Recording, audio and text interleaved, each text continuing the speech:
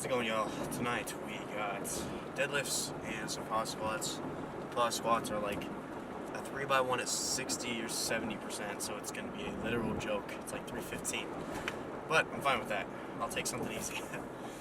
Especially after deads. Deads are going to be interesting because not that deadlifts haven't gone good in a while, but my deadlifts been kind of all over the place, very inconsistent. I was hitting a ton of PRs for a while, especially when I switched to the deadlift bar for part of the off season. Excuse me. Then switched back to a stiff bar, or it's not a stiff bar, it's a power bar. I mean, pretty much very similar, but stiff bar's a lot stiffer. Anyway, I honestly had very little to no drop in my deadlift numbers. I was able to pull 507 for 5 at like RP 7 on the deadlift bar. Then I did a 500 triple at like 6 to 7. So I mean, I guess it's a little bit of a drop. It's 2 reps, but also that's not that bad. I was expecting like a 30 to 40 pound loss of strength there, but it's really not. And then a bunch of outside stressors hit with, school, all that jazz. Lost some weight, got sick twice, so now I have really no idea where my deadlift's at. The last triple I pulled successfully was 513, and I went for a 530 triple the next week because 513 was pretty easy. I mean, it wasn't easy, but it was like a 7 or an 8. And I was like, I can probably, do 530 the next week, which was actually in my range. Nope, did not happen. Got a double, and it started drifting in front of me, and then I went to pull my back downs, and couldn't even get one with my back downs. So probably slightly injured myself and also just gassed myself on the top set because I tried it twice. Because I did a double the first time, went for it again. I did a double the first time, failed the third, then I was pissed, and so I just turned off the camera, threw off my belt, walked over, got more chalk, threw on my belt, didn't even turn on the camera, and just tried it again. Could not even budge it off the floor. Whoa, you almost fell. That would have been bad. Anyway. Yeah, so that was a disaster, and that's kind of been the last time I pulled heavy, I'm not gonna lie. And then 463 for the 4x1 pause deads was absolutely great. So I mean, today isn't that big of a deal. It's a 70-pound jump. I mean, that's a lot. Like when you add in the pause and the fact that those were like RP 6s at most, and that today's top set is supposed to be a 7, I'm not that worried about it.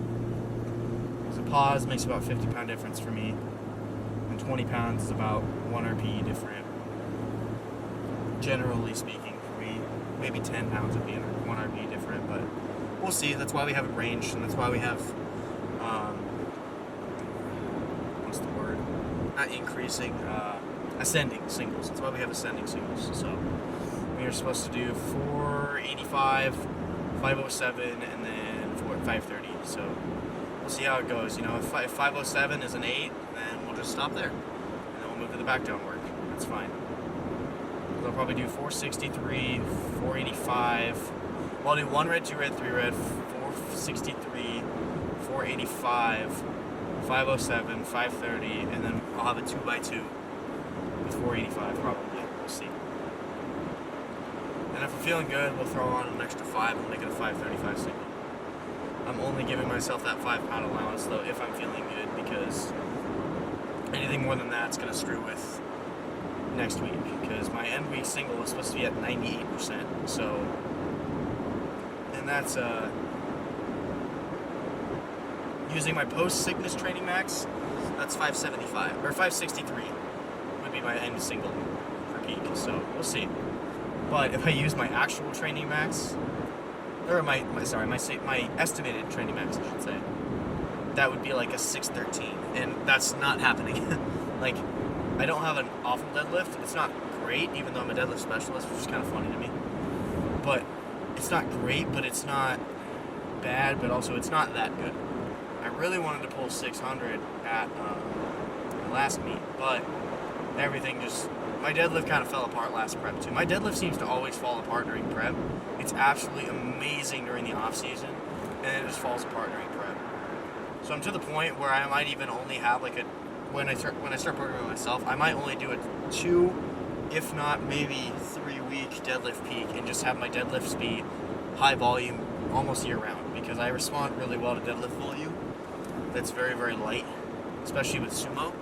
A sumo set of 8 feels like a conventional set of 5 for me volume-wise, which is weird, because my range of motion is only like 2 or 3, no, probably 4 inches different, which is honestly not, I mean, that's helpful, but that's not a ton different. Like, I still have a bunch of range of motion on my sumo, which is why I still pull sumo, because, I mean, yeah, it's cool if you put your legs all the way out and lift up the bar, but honestly, I think it's more impressive if you do a little bit less weight and have a larger range of motion.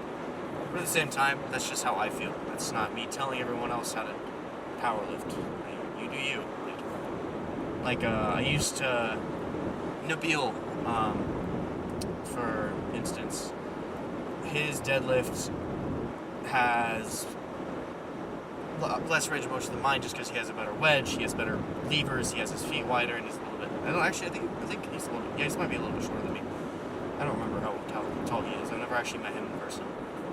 But his deadlift is just a monster deadlift. Very, very strong puller, and his squat's been crazy too. It's nuts. I've been following his squat. I'm like, damn, I was squatting 600 at like, what was it? I think his off season is like 160 weight, but the meet he cut to like 148 or 144. I can't remember. Anyway, I'm talking about him like I know him on a personal level. It's not like that. I'm just a fanboy when it comes to a lot of powerlifters.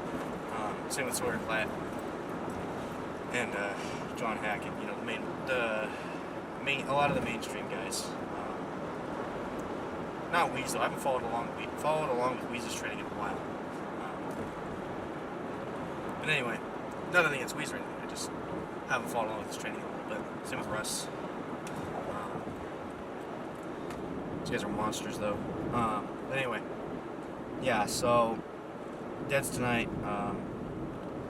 Again, my sumo is a little bit narrower than I probably could be. I could definitely go wider. The issue is I also just don't want to put that stress on my hips, and I don't want to... Oh, you guys fell again. My bad. I have an unprofessional tripod, so... And it's sitting in the car, wedged against the seat with a backpack and a paper bag, or a plastic bag, so... That's what you get. Anyway. I could probably go wider on my sumo, you know. Narrow my grip a little bit too, to help my upper back round a little bit more, get a little bit less range of motion. But at the same time, like, it's working right now, and I'm gonna run with what I've got. If I plateau for a while, I might experiment going a little wider, or I might go back to conventional for a while too. I don't know. My pause deads for conventional were feeling pretty damn good, and my main issue with conventional for a long time was I just couldn't get into the position because my hamstrings were so tight.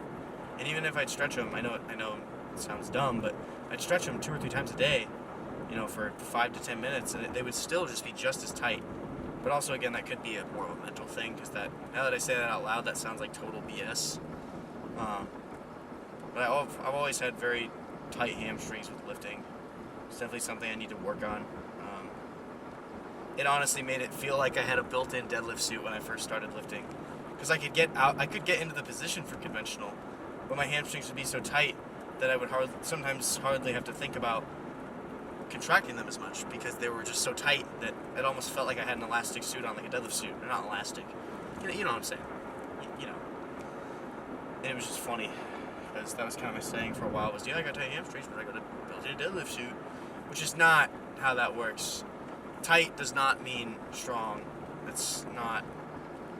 I mean, staying tight during a lift is, but like a tight muscle, tight hamstrings does not mean they're going to be any stronger. It's nothing like that. If anything, it actually probably made them weaker, because I didn't have the motor function in that extended range of motion.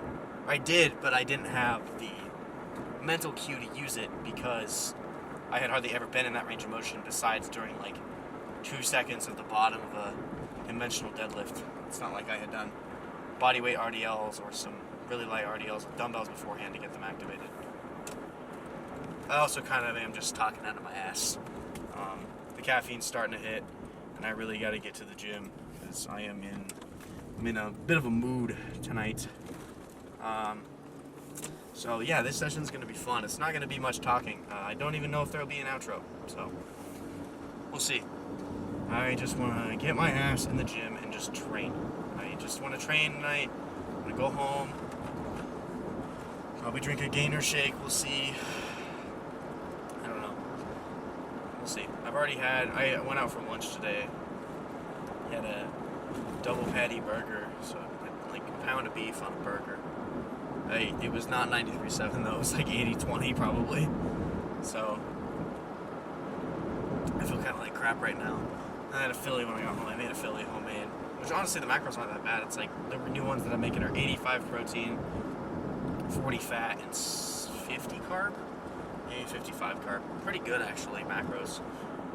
Besides the fat, but honestly I'm trying to gain weight. I'm not worried about having a little bit of excess fat in my diet because it's denser for calories.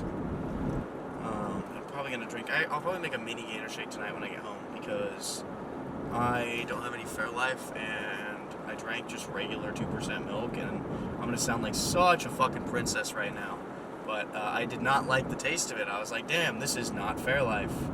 I don't drink Fairlife fat free, and to be honest, it just tastes like water. So, yeah, but shit, the person's gonna run late. Anyway, we're almost to the gym, so we're gonna play some music, hype up a little bit again, just get in the training mood yet again.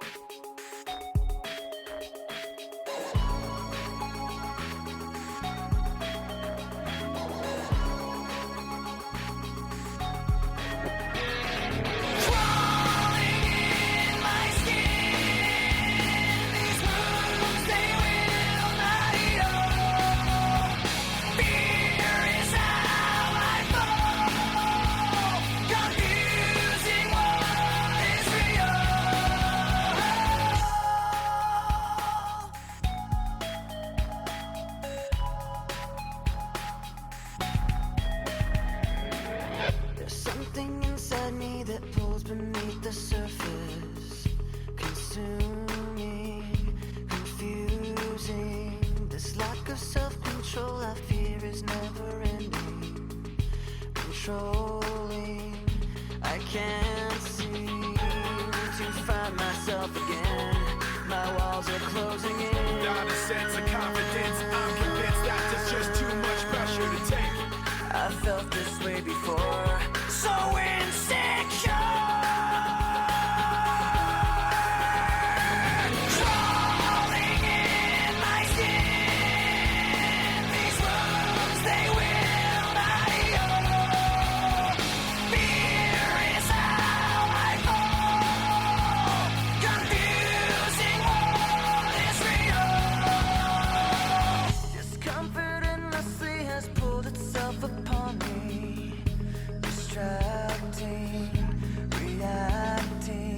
Against my will, I stand beside my own reflection. It's haunting how